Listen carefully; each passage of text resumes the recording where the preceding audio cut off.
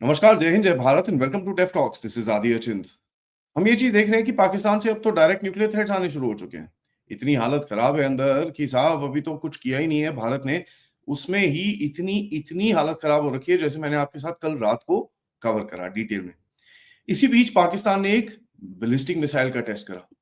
Now ballistic missile का जब आप टेस्ट करते हैं तो एक बड़ा सिंपल सा आप मैसेज भेजते हैं, जहां पर आप अपने एडवर्सरी दुनिया सबको एक मैसेज भेजना चाह रहे हैं कि भैया आप तो अभी न्यूक्लियर ऑप्शन पे जा रहे हैं। पहले इस मिसाइल की बात करते हैं। ये एक कोई अब्दाली शब्दाली पता नहीं क्या नाम है, 450 किलोमीटर की रेंज है, जो बाय द वे पुराने ब्रह्मोस में होती थी। पहले वाला जो अब्दाली इनका था वो एक सोवियत एरा ट्रक के ऊपर लॉन्च होता था, अब उसको चाइनीज कैनिस्टर में डाल के लॉन्च किया जाता है। कहते हैं कि भाई 450 किलोमीटर, कई लोग बोल रहे हैं 380 के एक इंच आगे नहीं जाता।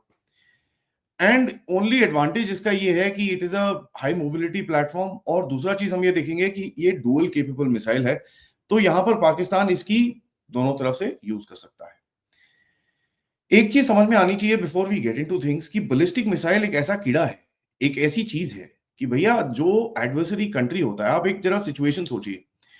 एक वॉर सिनेरियो है, दो देश हैं जिनके पास न्यूक्लियर वेपन्स भी हैं और बैलिस्टिक मिसाइल्स भी हैं। जब एक मिसाइल किसी एक देश से लॉन्च होती है, दूसरे देश को कोई फोन करके नहीं बताता कि साहब ये कन्वेंशनल मिसाइल है, इसमें न्यूक्लियर नहीं है, तो न्यूक्लियर मत फायर करना। So firing a ballistic missile right now is a clear message कि साहब आपके ऊपर हम न्यूक्लियर हमला कर सकते हैं अगर आप हमको ज्यादा तोड़ने की कोशिश करोगे। और ये चीज इनके फॉरेन मिनिस्टर ने बोला, इनके डिफेंस मिनिस्टर ने बोला, कल एक और बंदे ने बोला जो भैया एक टेलीविजन शो पे जाके उन्होंने फिर से यही चीज बात करी आरटी के ऊपर। तो जरा वो देखते हैं कि उन्होंने बोला क्या, so that we get a sense कि ये बार बार एक ही चीज बोल रहे हैं। What is the hint? Well, when it comes to India and Pakistan, we do not get involved into this debate of numerical strength. We in Pakistan will use the full spectrum of power, both conventional and nuclear. And I'll stop there. Well, सो आपको ये समझ में आ रहा है कि ये चारों तरफ बेसिकली दुनिया में जाके एक ही रोना रो रहे हैं कि अगर भारत ने हम पे फुल स्केल हमला करा तो हम न्यूक्लियर वेपन यूज करेंगे। This is basically another cry of help, जिस तरह से 1999 में पाकिस्तान ने करने की कोशिश करी थी। उसके बाद बिल क्लिंटन ने इनको वहां पर बुला के इनका सॉफ्टवेयर अपडेट करा था, and then you know what all happened वहां पर। इंटरेस्टिंगली यहां पर इस टाइम पे दुनिया में जो एक सिनेरियो है उसको आपको थोड़ा समझना पड़ेगा। ट्रंप की जो एक थाली है उसके अंदर इतना सारा खाना है कि उसको समझ नहीं आ रहा कहां से जाएगा। अब आप देखिए, यूक्रेन का जो झगड़ा है उसके अंदर आप देख रहे हैं कि भैया अभी यूक्रेन के साथ उन्होंने एक मिनरल डील साइन कर ली है। रशिया की तरफ से थोड़े से कोल्ड टाइप रिस्पॉन्सेज आने शुरू हो गए अमेरिका को, एंड वो कहीं ना कहीं ट्रंप उनको पसंद नहीं कर रहा है। ऑल्दो ये पार्ट ऑफ नेगोशिएशन टैक्टिक है, but there is heavy negotiations happening there. एक और वॉर चल रही है भैया इसराइल और पैलेस्टाइन के बीच में, वहां पर एक और कल झगड़ा शुरू होने की ब्रिंक पे है, जहां पर इसराइल और टर्की ने कल अपने फाइटर जेट्स के साथ थोड़ा सा एंटेंगलमेंट करी है, तो ट्रंप की प्लेट के ऊपर वो भी आ जाता है। फिर आप देखें जरा इस तरफ आए, ईरान के साथ ओपन एंडेड नेगोशिएशंस उनकी चल रही हैं, जहां पर वो बोल रहे हैं कि भैया न्यूक्लियर नॉन न्यूक्लियर ये वो काफी कुछ। और एक झगड़ा चल रहा है यमन में, जहां पर इनके एयरक्राफ्ट कैरियर के ऊपर से एक जहाज नीचे गिर गया, बिकॉज देवर बहुत जोर से उन्होंने टर्न मारा to swerve out of a missile. तो देखिए यूएस के पास काफी कुछ है, इसके ऊपर बैठा है चाइना। चाइना यहां पर बैठा हुआ है ट्रेड वॉर पता नहीं क्या क्या लेके, और ट्रंप ने भी उसके ऊपर सोने पे सुहागा ट्रेड वॉर लगा रखी है पूरी दुनिया के साथ। He is got his internal problems, leftist this that, बहुत कुछ है प्लेट के ऊपर। दुनिया में इस टाइम पे पाकिस्तान का ये जो रोना है न्यूक्लियर वाला, ये कौन सुनेगा? दो चार देश ही हैं, एक चाइना है, एक आधा देश मिडिल ईस्ट में कोई सुन लेगा, और यूके यूके सुन लेंगे, टर्की सुन लेगा, बट टर्की के पास इतनी कोई डिप्लोमेटिक कैपेबिलिटी नहीं है।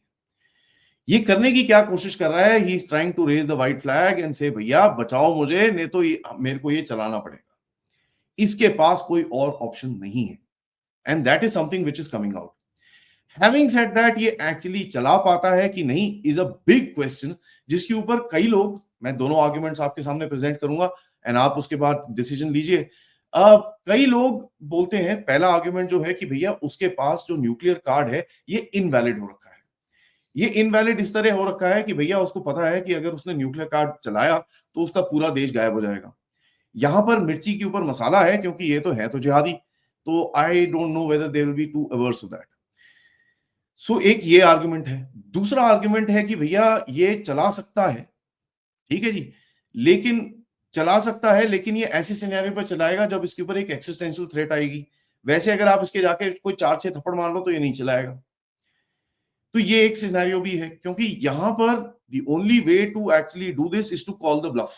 ठीक है, there is no other way to do this. 2019 में जिस तरह से आपने ब्लफ कॉल करा, एंड यहां पर आपको पता है कि माइक पोम्पेओ, जिनकी किताब आई 2019 के बारे में और काफी सारे उनके ट्रम्प टर्म के बारे में, वहां पर उन्होंने लिखा कि भैया भारत एंड पाकिस्तान वो very close to a nuclear war during 2019। अब ये एग्जैजरेशन था, अपना थोड़ा सा रिज्यूमे चमकाना था कि रियलिटी थी, ये ऑब्वियसली कभी बाद में ही पता चलेगा। एक सवाल और बनता है, does it change anything in Bharat? क्या ये टेस्ट और ये जो डिस्प्ले करने की कोशिश कर रहा है एक चेंज लाता है? ना इसके ऊपर थोड़ी बात करते हैं। सेकेंड वर्ल्ड वॉर में जब जापान के ऊपर अमेरिका ने डिसाइड करा कि एटमी हमला करना है, तो उस टाइम पे भी दो थॉट प्रोसेस थे कि इनकी एक तो या तो सिटी उड़ा दो, या जापानीज को फोन करो, बताओ भैया इस जगह देखो हम आपके ऊपर ऐसा हथियार फेंकने वाले, एंड वहां पर जाके इनके सामने वो हथियार टेस्ट करो। उससे जापान को एक मैसेज भी मिल जाएगा, बंदे भी नहीं इतने सारे मरेंगे और जापान अपने आप कैपिचुलेट हो जाएगा। फाइनली हुआ क्या कि सिटीज के ऊपर टारगेट करना पड़ा उनको। यहां पर भारत के कैलकुलस के हिसाब से ये एक ऐसा ही डिस्प्ले था कि साहब देखिए मेरे पास कैपेबिलिटी है। एंड यहां पर एक और चीज हमको ऐड करनी पड़ेगी कि पिछले कुछ दिनों से पाकिस्तानी नेवी ने क्लेम करा है कि हम एक्सरसाइजेस कर रहे हैं, हम लाइव फायरिंग एक्सरसाइजेस कर रहे हैं, no time show time issue करा हुआ है, लेकिन एक भी मिसाइल फायर नहीं करी। And that question to my mind was a little more, क्योंकि ये इज्जत का सवाल है भाई, कुछ तो चला लो। I don't think this is about nuclear weapons, because at the end of it क्या होगा कि अगर न्यूक्लियर वेपन्स के पास बात जाती है, there are enough countries that will come around including us and say भैया तमीज से रहो। And you know nuclear button दबाना, जिहादी जो मर्जी हो यार, जर्नैल साहब की बीवी बच्चे सब वहीं पर हैं। Does he know the cost? जिहादी general Hafiz Asim Munir, well I don't know. Does his people know the cost? Looking at the Instagram reels, it doesn't seem like it. Does the army knows the cost? ये एक सवाल बनता है, क्योंकि देखिए एक army एक ऐसा कीड़ा है जो अपने आप को सस्टेन करना चाहेगा। It won't want to die out. At the end of it जिहाद तो बेचने के लिए है साहब, बाकी सब तो बैंक अकाउंट के अंदर है, और ये चीज बड़ी क्लियर है पाकिस्तानियों के ऊपर। So it's a very interesting scenario जहां पर देयर इज द जिहादी general who is corrupt and wants to buy a house in Canada and settle down and open up a mall और सम पिज्जा स्टोर्स। तो बड़ा interesting सा चीज है। सवाल सबसे आखिर में यही बनता है, व्हाई इज एवरीथिंग न्यूक्लियर? हर चीज nuclear nuclear nuclear nuclear, because at the end of it there isn't anything more. And यहां पर जब एक खोखला वाला वो जो होता है ना, जिसके पास एक एक एक टिन का डब्बा लीजिए, उसके अंदर एक छोटा सा पत्थर डालिए, जब उसके पास एक ही चीज होती है, जब ऐसे से करते हो तो वही बचता है। एंड इनको पता है कि this is a line that they have crossed. यहां पर जनरलीसिमो Asim Munir I think will start facing some resistance from inside कि साहब ये क्या कर रहे हो? What are you doing? Pakistan as I said wants to survive, किसी तरह से सस्टेन सर्वाइव करे, क्योंकि दूसरी तरफ देखिए आर्मी जिस तरह से ठुक रही है, आई एम श्योर। और इसके बारे में दो आर्मी कोर कमांडर्स के बारे में हमको पता है, जिन्होंने आसिम मुनीर को अपनी रिजर्वेशन व्यक्त करी है कि साहब क्या कर रहे हो, हमारे पास दम नहीं है लड़ने का। बट स्टिल अब वो आपके बॉर्डर्स पे खड़े हैं, एंड सिचुएशन ऐसी है कि कभी भी एस्केलेट हो सकती है। भारत के हाथ में है, एंड यहां पर ऐसा दिखता है कि भारत स्लो गेम खेलेगा। बोलते हैं ना, डड्डू को एक छोटे से पॉट में ठंडे पानी में डालते हैं, धीरे से आग लगाते हैं और धीरे धीरे बॉईल करते हैं। भारत की गेम इस तरह दिख रही है। और उसके बाद जिस तरह से मैंने आपके साथ काफी बारी टेकअप किया है, DIME, diplomatic, intelligence, military and economics, इसके ऊपर काम आप कर रहे हो। सो लेट्स सी पाकिस्तान की ये जो गीदड़ भपकी है ये कहां तक जाती है, and how far can he actually stand for what he speaks. Thank you for watching this video. Video को लाइक करिए, सब्सक्राइब करिए चैनल को अगर आपने नहीं करा है। Most importantly share this with your friends and families. आप लोग इस चैनल की तरफ कंट्रीब्यूशन भी कर सकते हैं यूजिंग द QR कोड, या फिर पेपैल, या फिर सुपर स्टिकर, सुपर चैट्स।